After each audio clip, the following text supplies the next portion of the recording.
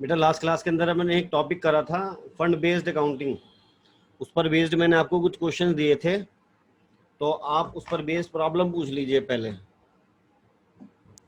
Sir question number 15। कौन सा 50? कौन सा बेटा? सर 14। जोर से। 15। 15।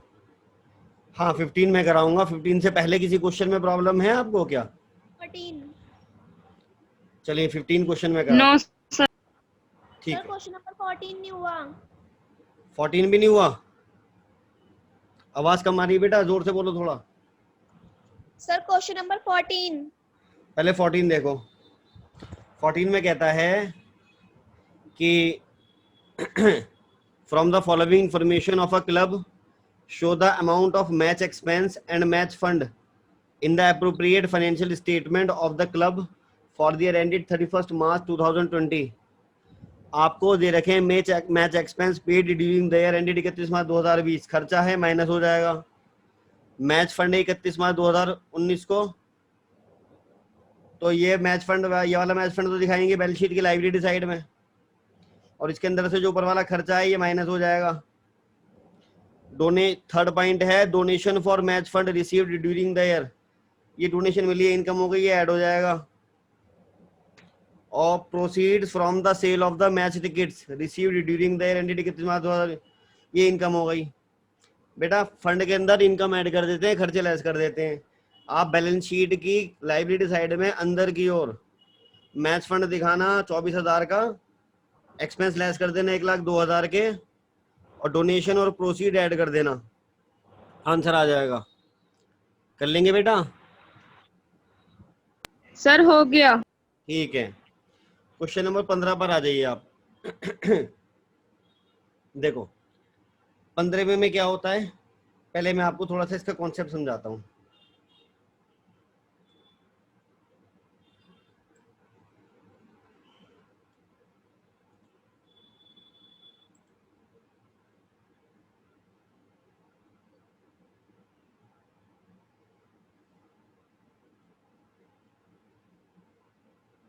ये एक बैलेंस शीट है,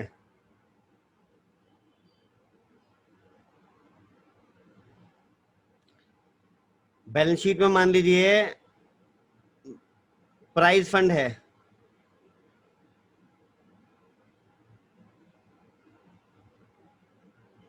और प्राइज फंड में से आपने 50,000 रुपए के प्राइज बांट दिए, तो उसको हम प्राइज बोलते हैं, प्राइज अवॉर्डेड बोलते हैं या प्राइज पेड बोलते हैं? प्राइज अवॉर्डेड बोल दो या प्राइज पेड बोल दो, बात एक ही है। 50,000 के प्राइज बांट दिए तो फंड घटकर बचा 1.5 लाख रुपए का। बेटा एक बार बताओ, प्राइज बांटने से क्या कोई एसेट्स बना? प्राइज बांटने से पब्लिक नो को क्या नहीं बनाना एसेट कोई? ऐसे ही कोई मैच फंड होगा तो उसमें से मैच एक्सपेंस लेस करेंगे तो क्या कोई एसेट्स बनेगा? नहीं। ऐसे कोई टूर्नामेंट फंड होगा, टूर्नामेंट के खर्चे उसमें से लेस कर देंगे तो क्या कोई एसेट बनेगा? नहीं। लेकिन अब मैं इसको मिटा रहा हूं थोड़ा सा।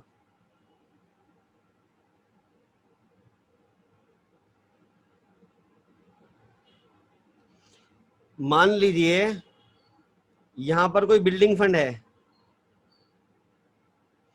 बिल्डिंग फंड बनाया जाता है बिल्डिंग बनवाने के लिए, 10 लाख रुपए का बिल्डिंग फंड है। हमने बिल्डिंग फंड बनाया 10 लाख रुपए का कि इस पैसे में से खर्च कर करके बिल्डिंग बनवाएंगे, और 10 लाख में से 6 लाख रुपए का आपने बिल्डिंग बनवा ली, बट बिल्डिंग अभी पूरी तरह कंप्लीट नहीं है, अभी वर्क इन प्रोग्रेस है। तो आपने बिल्डिंग का कंस्ट्रक्शन करवा लिया 6 लाख रुपए का, तो एक तरह से खर्चा हो गया, minus construction of building 6 lakh. But बेटा जब 6 लाख का बिल्डिंग का कंस्ट्रक्शन करवाया तो 6 लाख रुपए का एसेट्स भी तो बना होगा या नहीं बना? तो आपको एसेट दिखाना पड़ेगा यहां पर, एसेट साइड में बिल्डिंग वर्क इन प्रोग्रेस दिखाना पड़ेगा आपको। 6 लाख का, और जब एसेट बढ़ेंगे तो कैपिटल भी बढ़ेगा। 6 लाख ही आप यहां पर कैपिटल फंड में भी ऐड करेंगे। कैपिटल फंड जो भी होगा उसके अंदर construction of building 6 lakh add हो जाएगा और बाहर आ जाएंगे पैसे।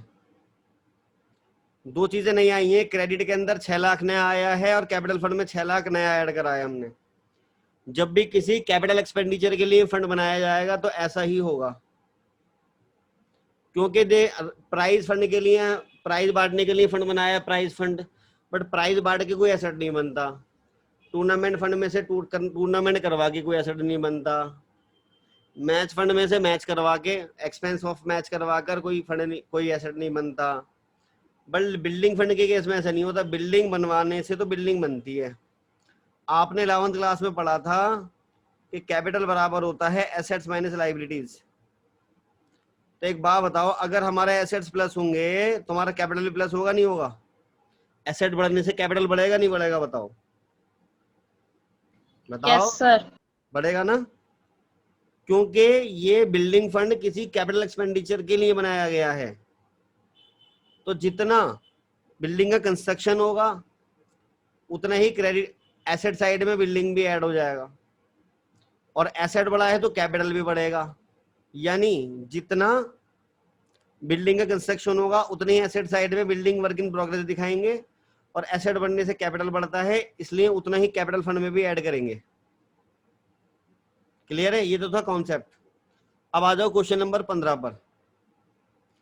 क्वेश्चन नंबर 15 का बहुत केयरफुली केस फर्स्ट तक पढ़ डालो आराम से।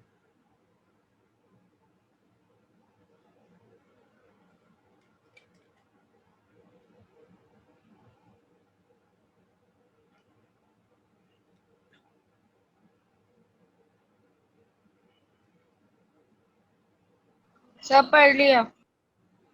अच्छा बेटा,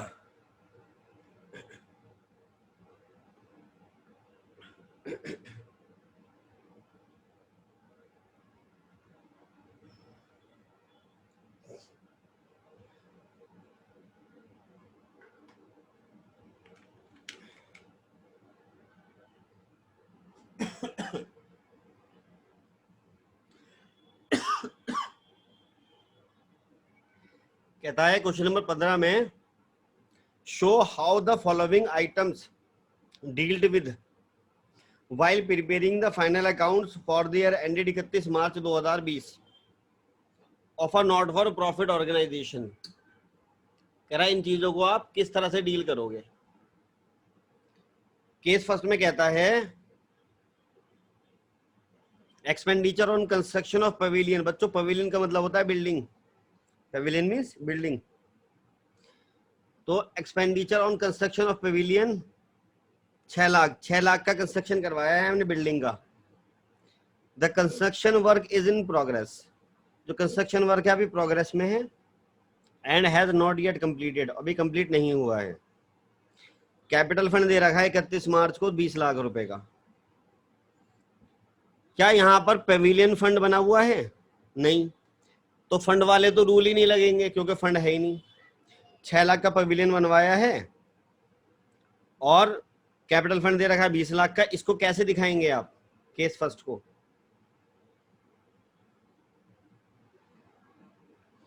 बैलेंस शीट में लायबिलिटी एसेट्स आप दिखा देंगे यहाँ capital fund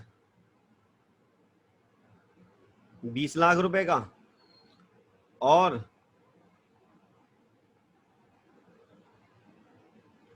pavilion work in progress 6 lakh का दिखा देंगे। बस जी, फंड का या फंड वाला क्यों नहीं करा? क्योंकि मैं यहाँ पेविलियन फंड दे ही नहीं रखा था, फंड वाले रूल ही नहीं लगेंगे। अब आ जाओ केस सेकंड पर। केस सेकंड में कहता है expenditure on construction of pavilion 6 lakh रुपए हुआ है। The construction work is in progress and has not yet completed. Pavilion fund दे रखा है 31 मार्च 2019 को 10 लाख रुपए का। यहाँ पर क्योंकि फंड दे रखा है तो फंड वाले रूल लगेंगे।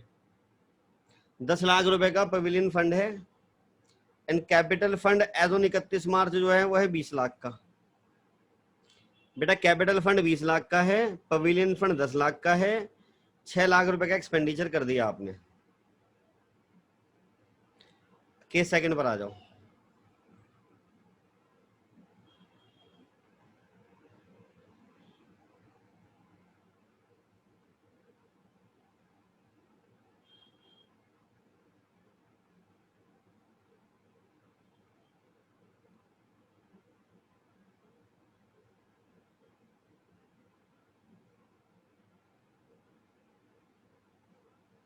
एक बार डेट चेक कर लेते हैं कि डेट सही लिख रहे हैं हम नहीं लिख रहे हैं।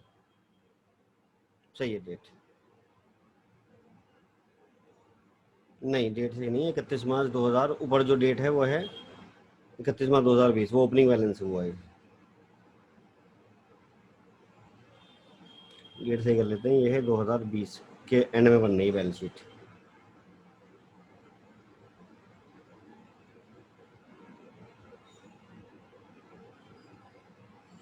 बच्चों कैपिटल फंड दे रखा है एक तो आपको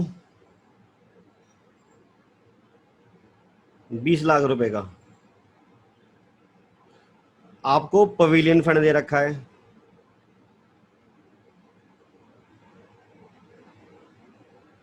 10 लाख रुपए का। अब जो है 6 लाख रुपए का बिल्डिंग का कंस्ट्रक्शन करवा लिया आपने, पवेलियन का कंस्ट्रक्शन, तो 6 लाख रुपए यहाँ लेस हो जाएंगे, फंड कम हो गया। Construction of pavilion 6 lakh, 4 lakh बचे, और 6 लाख रुपए का क्योंकि कंस्ट्रक्शन करवाया तो आपका एसेट्स क्रिएट हो गया। Pavilion work in progress 6 lakh रुपए, और एसेट बढ़ा है तो कैपिटल भी बढ़ेगा।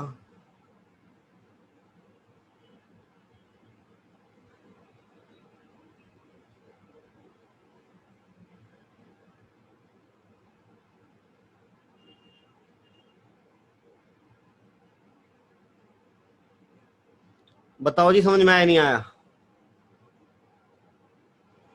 Yes sir. क्लियर है बेटा? चलिए केस थर्ड पर आ जाइए।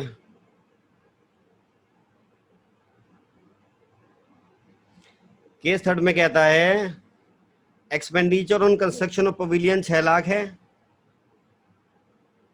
The construction work is in progress and has not yet completed. Pavilion fund जो है 10 लाख है, कैपिटल फंड जो है 20 लाख है, डोनेशन रिसीव्ड फॉर पवेलियन, हमें डोनेशन भी मिली है 1 जनवरी 2020 को 5 लाख की। बस जी थर्ड में और सेकंड में क्या फर्क है, यहाँ डोनेशन मिली है तो आप पवेलियन फंड में डोनेशन और ऐड कर देंगे बस। चलो करके दिखाओ जल्दी से मुझे, और फिर देखो आंसर आ रहे नहीं आ रहे।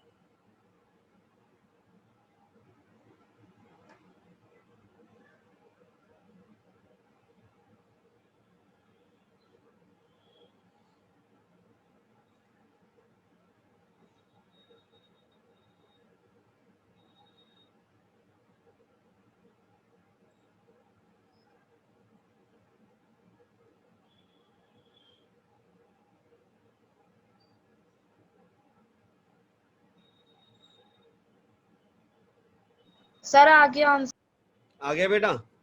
सब कुछ वैसा ही है, बस 5 लाख रुपए इसके अंदर हमें ऐड कर देने हैं पवेलियन फंड के अंदर डोनेशन के। हो जाएगा बेटा? आ गया? Yes sir. ठीक है, आगे आओ जरा।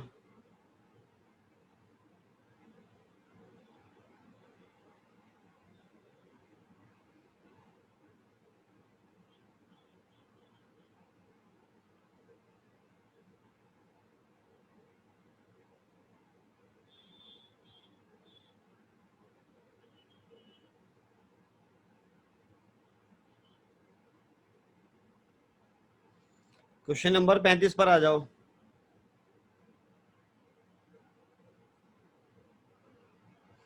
क्वेश्चन नंबर 35,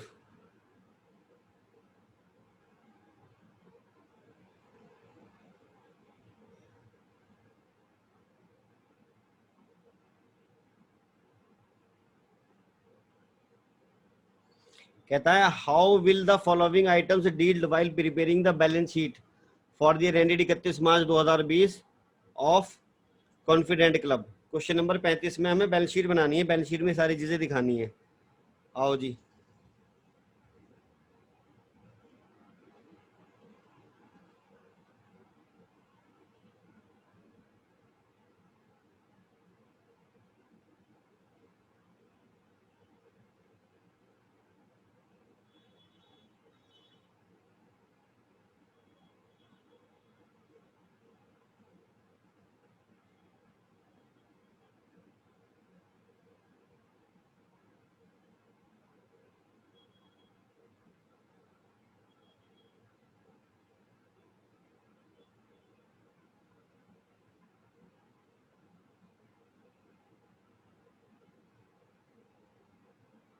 क्वेश्चन नंबर 35 है बेटा।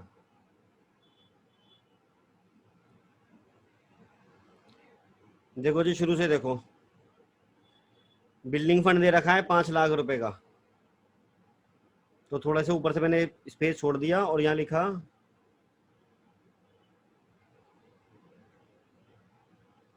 बिल्डिंग फंड अंदर की ओर 5 लाख रुपए का।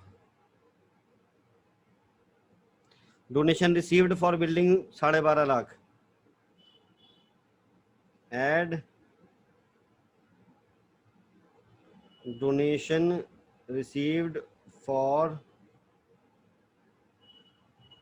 बिल्डिंग 12,50,000। एक्सपेंडिचर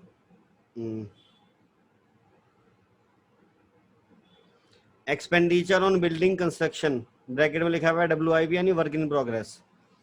तो एक्सपेंडिचर करा है हमने 11,25,000 का एक्सपेंडिचर कर दिया। और देखो नीचे ना कहीं कैपिटल फंड है, सबसे लास्ट में कैपिटल फंड दे रखा है 12,50,000 का। तो पहले मैंने ऊपर लिख लिया है यहाँ पर capital fund 12,50,000।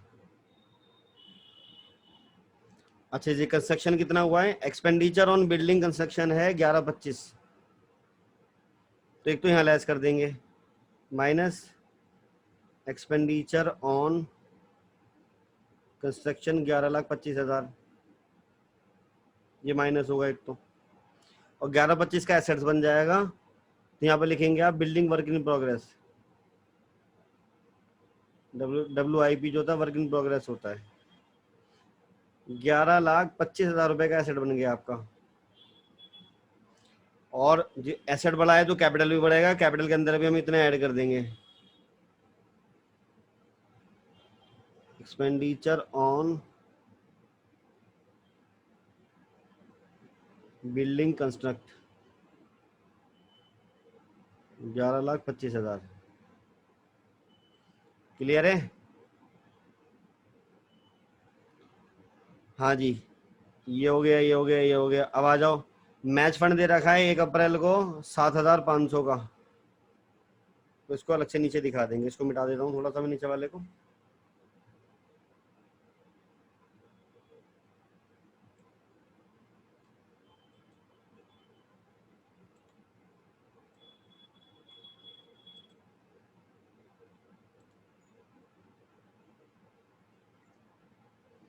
Match fund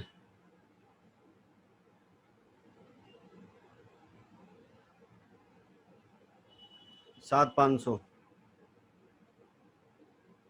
donation received for matches 12,500 add कर देंगे,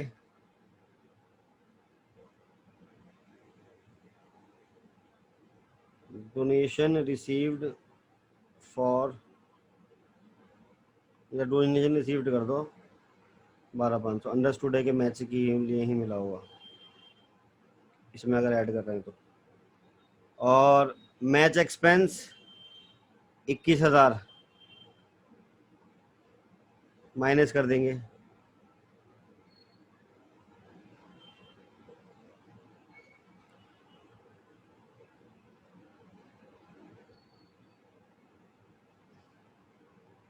और proceeds of sale of the match tickets 17,500 के मैच टिकट बिक गए, प्रोसीड आ गई, पैसे आ गए, ऐड कर देंगे,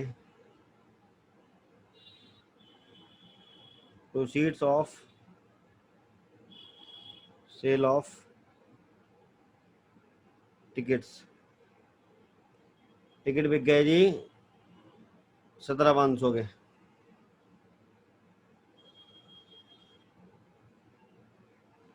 तो ये ऊपर अलग टोटल आ जाएगा, ये अलग टोटल आ जाएगा। फिर life membership fees received during the year, life membership fee मिली है 20,000 की, ये कैपिटल इनकम है, कैपिटल फंड में ऐड होती है, इसको कैपिटल फंड में ऐड कर देंगे। ऐड लाइफ मेंबरशिप फीस कितनी है भाई? 20,000, कैपिटल फंड में आपने 20,000 ऐड कर दिया। Subscription for governors party, hold करना बेटा। हेलो हेलो, कहिए जी।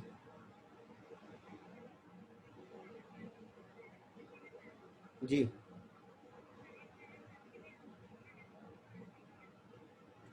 नहीं चाहिए मैडम, जरूरत नहीं है, थैंक यू।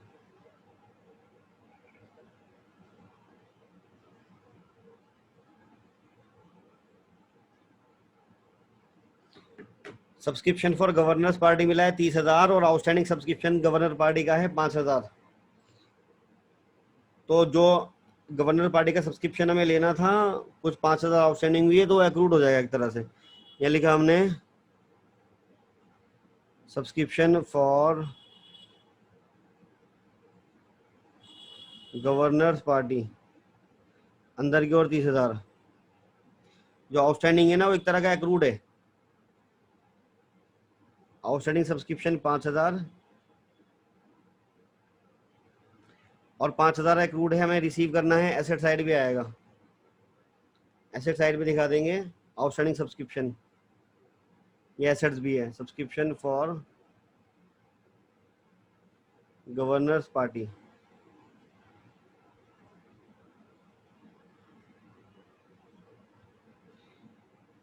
और फिर कैपिटल, ये हो गया, ये हो गया, कैपिटल फंड तो हमने लिख दिया, बस ये टोटल करना है।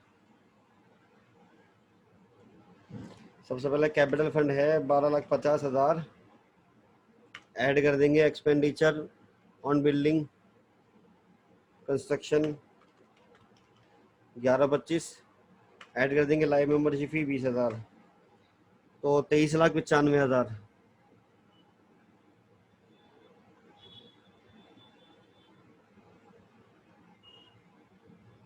बिल्डिंग फंड पर आ जाओ, 5 लाख बिल्डिंग फंड है, डोनेशन मिली 12,50, गैस कर दिया 11,25, 6,25,000 रुपये आया। मैच फंड पर आ जाओ, 7,500 का मैच फंड प्लस डोनेशन मिली 12,500, लेस कर दिए 21,000 और ऐड कर दिए 17,500, कुल 16,500 आया। और ये नीचे 35,000 बन गई बेटा, बस बैलेंस शीट इस तरह से प्रेजेंटेशन दिखानी है हमें। बेटा किसी को कोई डाउट है तो पूछो, समझ आया? Yes, sir. कोई Yes, डाउट तो sir. नहीं है बेटा? No, sir. ठीक है, क्वेश्चन नंबर ही 35 हो गया।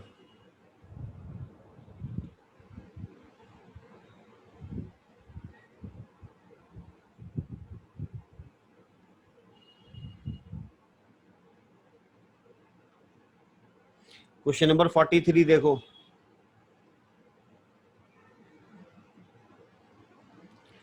चलो क्वेश्चन नंबर 43 जो है मुझे करके दिखाओ, फिर मैं भी बताऊंगा आपको 43 में कुछ खास बात है। सिंपल सा क्वेश्चन है, 43 करके दिखाओ।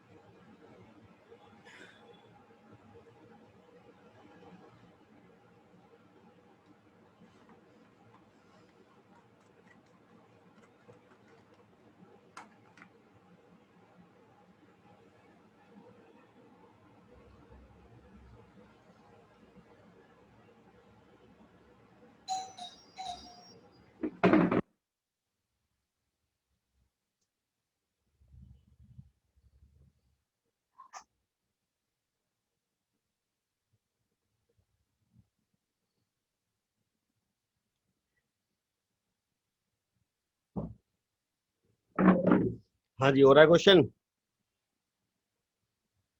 Yes, sir.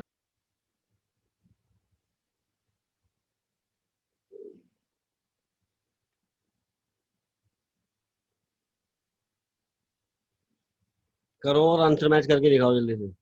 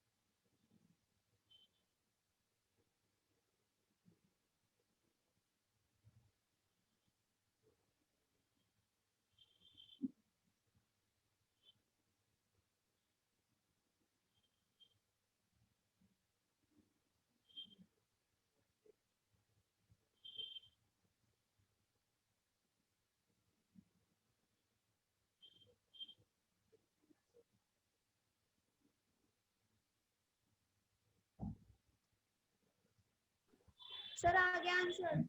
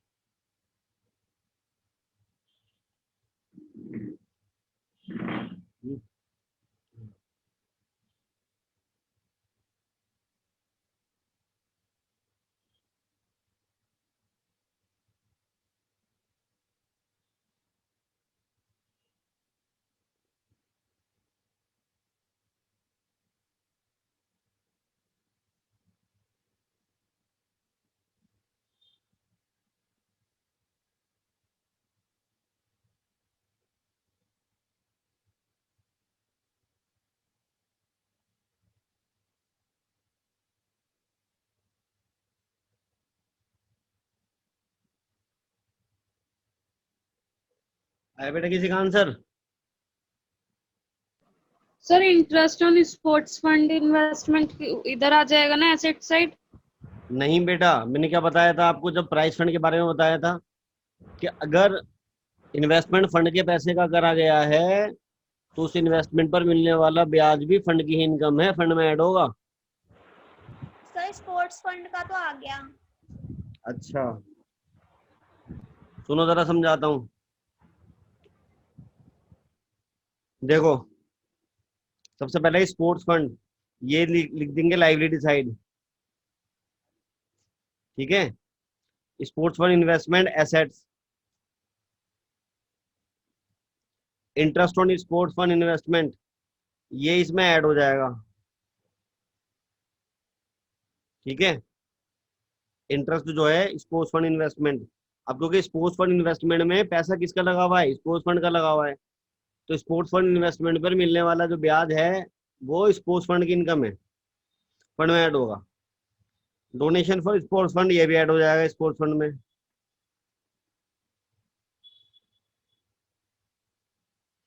Sport prize awarded ये लेस हो जाएगा स्पोर्ट्स फंड में। सर आ गए आंसर। रुको रुको, expand on sports event, sports event ये लेस कर देंगे स्पोर्ट्स फंड में।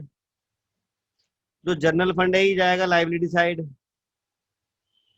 इन्वेस्टमेंट जाएगा एसेट साइड, और ये ना interest on general fund investment ये जाएगा इनकम एंड एक्सपेंडिचर की क्रेडिट साइड। लास्ट वाला पॉइंट है मेन।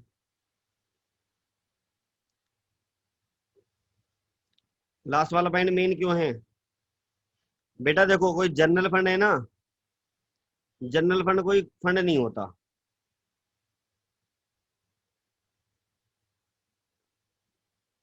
जो जनरल फंड है ये कोई फंड नहीं है, ये किसी स्पेसिफिक पर्पस के लिए नहीं है।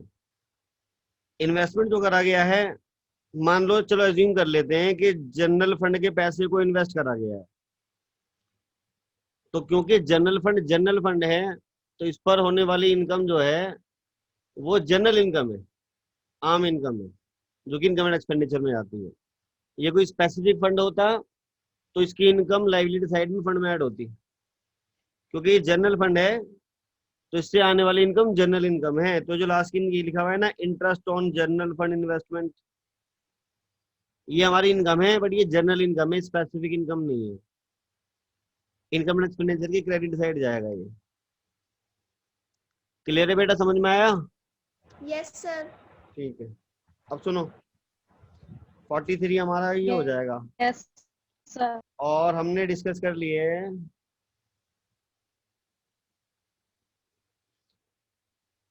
46 तक। अब बताओ 46 तक के किसी क्वेश्चन में कोई दिक्कत है तो पूछो। 46 तक के किसी क्वेश्चन में कोई प्रॉब्लम? सर आपने 35 पेंडिंग डलवा रखा है। देखता हूँ, अबे अभी डिस्कस कर रहा तो है 35। ठीक है सर। तो कितनी बार करूं? देख रहा। हाँ बेटा, 46 तक के किसी क्वेश्चन में कोई दिक्कत है तो बताओ। No sir. अब सुनो, अपना हमारे छोटे मोटे सारे कॉन्सेप्ट क्लियर हो गए। अगली क्लास में जब आप आए तो सभी कॉन्सेप्ट्स अच्छी तरह से रिवाइज कर कर आए, क्योंकि अब हमारे बड़े वाले क्वेश्चन चलेंगे जो एग्जामिनेशन में 8 नंबर का या 6 नंबर का आएगा। वो क्वेश्चन स्टार्ट हो रहे हैं क्वेश्चन नंबर 47 से।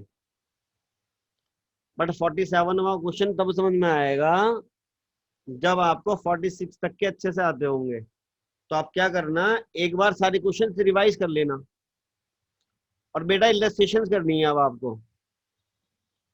जितनी भी स्टार्टिंग से करनी शुरू कर देना इलस्ट्रेशन,